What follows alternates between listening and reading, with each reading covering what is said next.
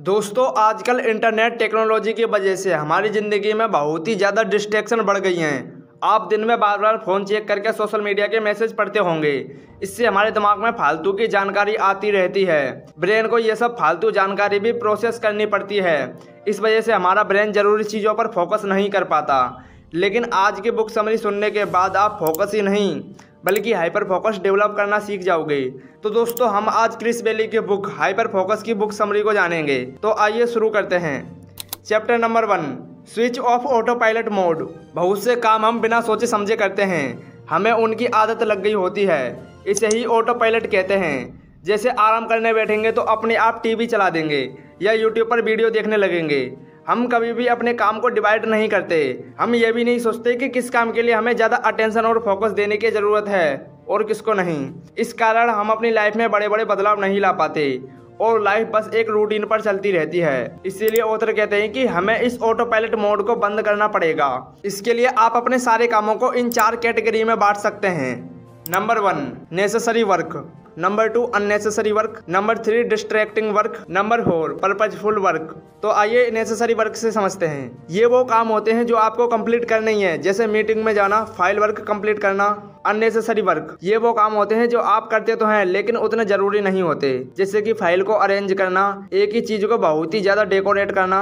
Number 3, distracting work ये वो काम है जो आपको अट्रैक्ट तो करते हैं लेकिन जरूरी नहीं होते, जैसे सोशल मीडिया, यूट्यूब, इंस्टाग्राम आदि। नंबर 4, पर्पजफुल वर्क ऐसे काम जिनसे आपको अपनी क्रिएटिविटी दिखाने का मौका मिलता है और जिन्हें करने के बाद आपको खुशी मिलती है, जैसे कोई यूट्यूब वीडियो बनाना, ब्लॉग पोस्ट लिखना, graphic designing, freelancing, novel writing लिखना आदि। इन सब कामों में से आपको सबसे ज़्यादा फोकस चौथे वाले काम पर लगाना चाहिए। इनके लिए आपको टाइम के वो घंटे देने चाहिए जब आपकी एनर्जी मैक्सिमम रहती हो।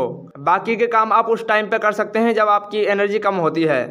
Chapter number 2, enhance your attention. हर आदमी की चीज़ों के प्रति अटेंशन अलग होती है। कुछ चीज़ों पर हम ज़्यादा ध्यान देते हैं और दूसरी पर नहीं। आप अपनी अटेंशन उन चीज़ों को ज़्यादा दें जो बेहद ज़रूरी हैं। अटेंशन बढ़ाने के लिए आप इन तरीकों का इस्तेमाल करें। पहले आप बोरिंग टॉपिक को इंटरेस्टिंग बनाने की कोशिश करें। आप खुद को क्रिएटिव क्वेश्चंस पूछते रहें। दूसरा, एज्यूम करें कि आप एक स्पीकर हैं और आप उस काम या कॉन्सेप्ट को खड़े होकर दूसरे व्यक्ति को कैसे समझाएंगे। इससे आपका दिमाग एक्टिवेट हो जाएगा और किसी भी काम में ज़्यादा ध्यान देने लगेगा। ऐसे ही किसी लेक्चर के दौरान भी कर सकते हैं। सोशल मीडिया आदि पर आपको हाइपर फोकस की जरूरत नहीं होती। Chapter number 3, stages of hyper focus. किसी भी काम के दौरान हाइपर फोकस बढ़ाने की ये 4 स्टेज होती हैं। Number 1, choose. Number 2, eliminate. Number 3, focus. Number 5, refocus. तो नंबर 1 से समझते हैं। चूज। सबसे पहले आपको उस ऑब्जेक्ट को चूज करना है जिसके लिए आपको हाइपर फोकस बढ़ाना है। Number 2, eliminate. इसके बाद सारी डिस्ट्रैक्शन को हटा दें। Number 3, focus. अब सारा ध्यान उस चीज पर देना शुरू कर दें। अगर आप स्टडी कर रहे हैं तो हर लाइन को एनालाइज करें कि क्या कहा जा रहा है, चीजों को इमेजिनेट भी करें। Number 4, refocus. ध्यान अगर भटक जाए तो जल्दी से उसे वापस ले आएं। Chapter number 4, remove distractions. कई बार जरूरी काम करते समय बहुत सी डिस्ट्रैक्शन आती रहती हैं। इन्हें हटाने के लिए इन तरीकों का इस्तेमाल करें। नंबर 1, आजकल के ज़माने में फ़ोन सबसे बड़ी डिस्ट्रैक्शन है। ये 24 घंटे आपके साथ रहता है और कभी भी किसी की भी कॉल आ जाती है। इससे आपका फोकस भटक जाता है। इसीलिए आप काम करते समय फ़ोन को दूसरे कमरे में रखें या साइलेंट मोड पर कर दें। नंबर 2, हर दिन हमें तरह तरह की ईमेल्स आते रहते हैं। उन्हें पढ़ने से आपके दिमाग में तरह तरह के विचार भी आने लगते हैं या आप उनका रिप्लाई देने लग जाते हैं। इससे आपका बहुत सा टाइम वेस्ट हो जाता है। इसीलिए फालतू की वेबसाइट्स और यूट्यूब चैनल्स को अनसब्सक्राइब कर दें और मेल्स के लिए 5 मिनट रूल लगाएं। सारी मेल्स को 5 मिनट में पढ़ें। जो जरूरी नहीं है उन्हें उसी समय डिलीट करते जाएं। नंबर 3, छोटी छोटी चीज़ के लिए मीटिंग की ज़रूरत नहीं होनी चाहिए। ऐसी मीटिंग ना खुद रखें और ना ही उसमें जाएं। इससे आपका बहुत सा टाइम और एनर्जी बच जाएगी जिसे आप ज़रूरी काम में लगा सकते हो। Chapter number 5, hyper focus as a habit.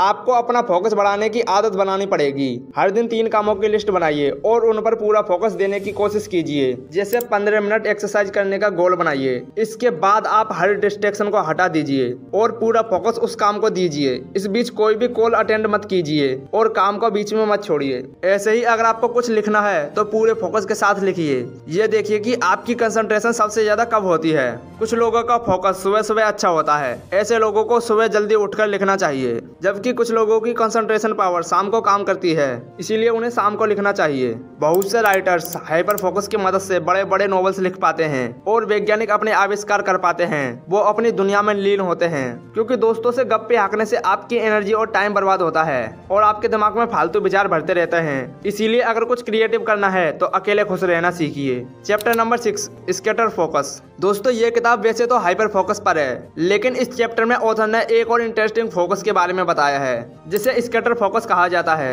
जिसका अर्थ है कि हमें कभी कभी अपने दिमाग को भटकते देना चाहिए और उसे फॉलो भी करना चाहिए।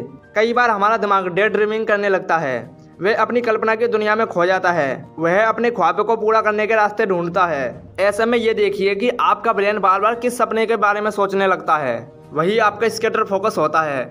उसे नोट कर लीजिए और फिर उस पर हाइपर फोकस लगा दीजिए। जैसे अगर आप बार बार कोई यूट्यूब चैनल शुरू करने की सोचते हैं तो उसे लिख लीजिए और अपना पूरा फोकस यूट्यूब शुरू करने पर लगा दीजिए। Chapter number 7, recharge your brain. बहुत बार कोई कॉम्प्लेक्स काम करते हुए हमारा दिमाग थक जाता है, इससे हमारा फोकस हिल सकता है, हम उस काम को अच्छे से नहीं कर सकते। ऐसे ही कई बार पढ़ते पढ़ते हम फेड अप हो जाते हैं और ऐसा लगता है कि कुछ भी दिमाग में नहीं जा रहा। ऐसे में आपको अपने ब्रेन को फिर से रिचार्ज करना होगा। दरअसल ज़्यादा देर तक दिमागी काम करने से हमारे न्यूरोट्रांसमीटर जैसे एसिटाइलकोलिन आदि खत्म हो जाते हैं और हम अपने काम पर फोकस ही नहीं कर पाते। इसीलिए हमेशा 45 मिनट काम करने के बाद ब्रेक लेते रहें।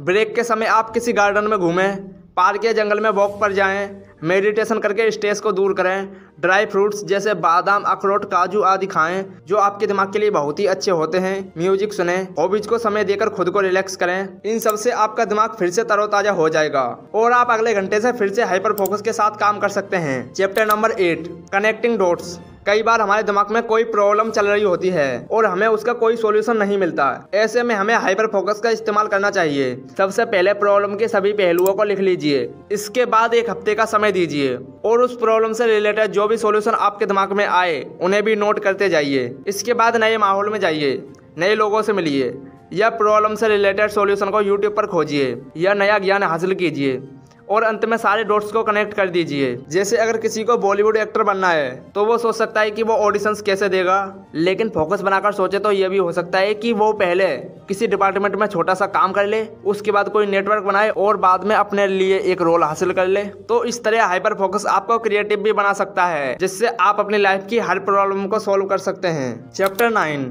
Collecting dots. कई बार हमें प्रॉब्लम्स के डॉट्स जोड़ने ही नहीं होते, बल्कि नए डॉट्स खोजने भी चाहिए। जैसे ऊपर के एग्जाम्पल में अगर किसी को एक्टर बनना है तो उसे और भी ज़्यादा जानकारी इकट्ठी करनी चाहिए। जैसे बॉलीवुड में ऑडिशंस कहाँ होते हैं, फिल्म इंडस्ट्री के लोग कौन से रेस्टोरेंट या बार में जाते हैं या कौन से जिम में एक्सरसाइज करते हैं, उनके मेड्स, नौकर आदि कहाँ रहते हैं और उनसे दोस्ती कैसे की जा सकती है, किसी एक्टिंग स्कूल के जरिए कैसे कॉन्टेक्ट बढ़ाए जा सकते हैं, ट्रेड मैगजीन्स या यूट्यूब, लिंक्डइन आदि से कैसे फिल्म इंडस्ट्री की जानकारी मिल सकती है, एक्सेट्रा एक्सेट्रा। जब किसी एस्पायरेंट के पास ये सारी जानकारी या डॉट्स हो जाएंगे तो फिर उन्हें जोड़ना बहुत ही आसान हो जाएगा और सक्सेस के चांसेस दूसरों की तुलना में बहुत ही ज़्यादा बढ़ जाएंगे। जो सिर्फ ऑडिशंस के भरोसे बैठे हैं उनसे तो ज़्यादा ही हो जाएंगे। इसीलिए हर प्रॉब्लम के आगे पीछे, ऊपर नीचे और चारों ओर पहलुओं को देखिए, इससे सॉल्यूशन जल्दी मिलेगा। Chapter 10, D stress with gratitude. अपनी खुशी के लिए काम करें, इससे आपका फोकस अपने आप ही अच्छा होगा। हर दिन सोने से पहले यूनिवर्स का ग्रेटिट्यूड माने, उसे थैंक यू बोलें, उससे कहें कि इतना अच्छा दिन देने के लिए धन्यवाद, सनलाइट के लिए धन्यवाद, ऑक्सीजन के लिए धन्यवाद, फूड के लिए धन्यवाद। हम यूनिवर्स से हर चीज़ लेते ही हैं, बदले में उसे कुछ नहीं देते। इसीलिए उसे थैंक यू बोलकर अपना ग्रेटिट्यूड जाहिर करें। इससे आपको ये भी लगेगा कि आपके पास सब कुछ है और आपके अंदर खुशी का संचार होगा। इसके अलावा हर दिन डायरी लिखें, इससे आपको अपनी ज़िंदगी के बारे में क्लियरिटी मिलेगी। मेडिटेशन करें, आंखें बंद करके ध्यान लगाएं और अपने ईश्वर को देखें। साथ ही जब भी मौका मिले दूसरों की हेल्प करते रहें, इससे आपको लगेगा कि आप बहुत ही यूजफुल पर्सन हैं और आपको खुद पर प्राउड होगा। तो दोस्तों, इस बुक की समरी से आपने भी सीखा होगा कि अपनी कंसंट्रेशन और फोकस पावर को कैसे बढ़ाना है। इससे आपको कॉम्प्लेक्स समस्याओं को सुलझाने में मदद मिलेगी। बाकी आप सब नया सीखते रहो, आगे बढ़ते रहो। Thanks for watching this video.